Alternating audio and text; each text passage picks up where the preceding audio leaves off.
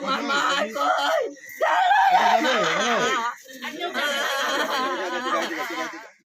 শিলিগুড়ির শান্তিনগর এলাকায় এক গৃহবধূর ঝুলন্ত দেহ উদ্ধার হয়েছে, জানিয়ে ব্যাপক চাঞ্চল্য তৈরি হয়েছে। মৃত গৃহবধূর নাম ভগবতী পাল। প্রাথমিকভাবে এটি আত্মহত্যা মনে হলেও নিহতের পরিবার দাবি করছে তাদের ধারণা অনুসারে কিছু ব্যক্তিগত কারণে তিনি মানসিক চাপের সম্মুখীন ছিলেন। গৃহবধূর স্বামী তার বিরুদ্ধে কোনো ভুল করার কথা অস্বীকার করেছেন।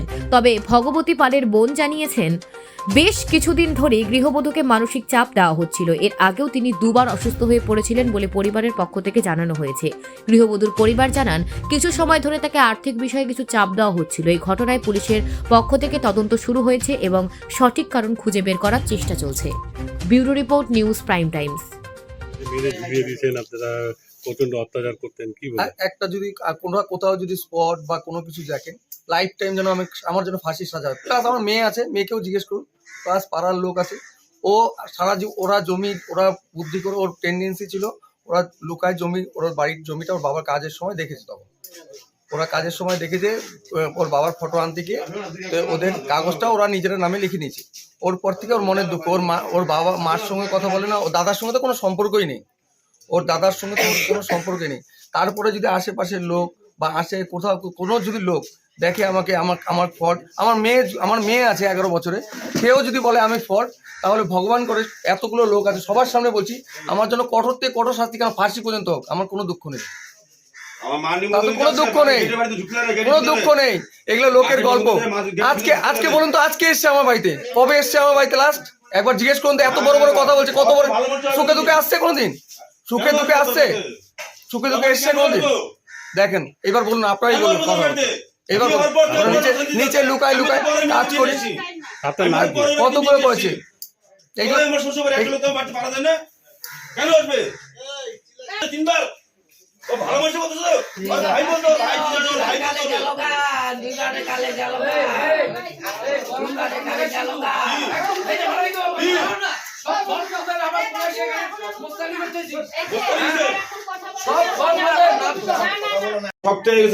আগে কি টর্চারিং করতে টর্চারিং এত হয়েছে, ইয়ার আগে 2বার ফাঁসি দেওয়া গেছে, ফাঁসি দিয়ে গেছে 2বার। তারপরে একবার ফেন্সিডিল খাইছে, ফেন্সিডিল কি বলে হারপিক খাইছে। বিয়ে হওয়ার পর থেকে এই বাড়িতে এত শোক হয়েছে, মানে কি বলবো। কত বছর হয়েছে বিয়ে? বিয়ে আজকে মোটামুটি হয়ে গেল 15 বছর।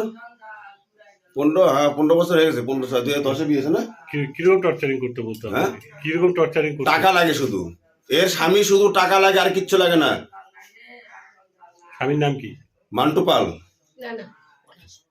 পলাশ পাল, আমরা এখানে মান্টু পাল বলিনি, আর পলাশ পাল। এর শুধু টাকা লাগে। এর বাড়িতে বাবা আছে, এখন মা তো কত হয়ে গেছে। বাবা আছে, এক ভাই আছে, ভাই থাকে না বাড়িতে। এরা বাবা 3জন, মানে বাচ্চা নিয়ে 3জন ফ্যামিলি এর বাড়িতে। স্বামী কোথায় আছে এখন? স্বামী বাইরে আছে। বাবা বলে সবজি ব্যবসা করে, বাড়িতে আসে খাওয়া দাওয়া করে। আমাদের সঙ্গে কোনো হয়েছে না, আমরা কোনো কখন আসে বলি না যে ভাই আমাদের 5 টাকা লাগবে বা আমাদের কাছে। আমি আমার বাবা মারা যাওয়ার আগের দিনকে 1 সপ্তাহ আগে টাকা উঠাইছি বোর বন্ধন থেকে। বোর বন্ধন থেকে টাকা দিয়েছি, 2বার টাকা দেবো, 1 লাখ টাকা দেবো আছে আমার। আমি টাকা তাও চাই না। ওরা আজকে সকাল 7টার সময় 8টার ভিতরে আমার কিস্তি দিতে লাগে। 8টা, কোনো ফোন নাই, কোনো যোগাযোগ নাই। আমাকে পাশে বাড়ি খবর দিল 9টা সামথিং খবর দিল আমার পাশে বাড়ির লোক। আপনার বাড়ি কোথায়? আমার বাড়ি তো শান্তিনগর, মধ্যে শান্তি বসেছিলাম, শিলবাড়ি। এখন কি অভিযোগ দায়ের করবেন?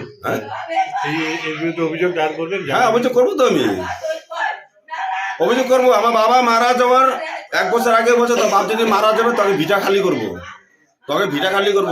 এই যে আমার ভাইস্তা, এটা আমার বড় ভাই ছেলে। 2 ভাইকে 2 ভাইস্তা আমি পারি, বড় ভাই নয় আজকে দুনিয়াতে। বড় ভাই ছেলে 2 ভাইস্তা আমি পারি, এটা বড় পড়তেছে। আপনার নাম কি? আমার নাম বিজয় মন্ডল। যেদিন বাবা গত হয়েছে সেদিনকে কি হয়েছে, ফ্ল্যান্ড সৌদিকে বাড়িতে দলিল নিবে।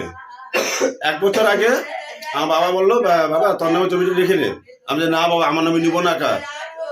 আমার 2 ভাইস্তা, ওদেরকে কোথায় ফেলাবো আমি? বোনের নাম কি? বোনের নাম হলো ভগবতী পাল। সেই জমি কি হলো, দলিলটা বাবা আমাকে 1 বছর আগে রেজিস্ট্রি, 2 ভাইস থেকে রেজিস্ট্রি হয়েছে। আমি একা নেই, পাড়ার লোক সবাই জানে। তারপর থেকেই অত্যাচার শুরু হয়েছে।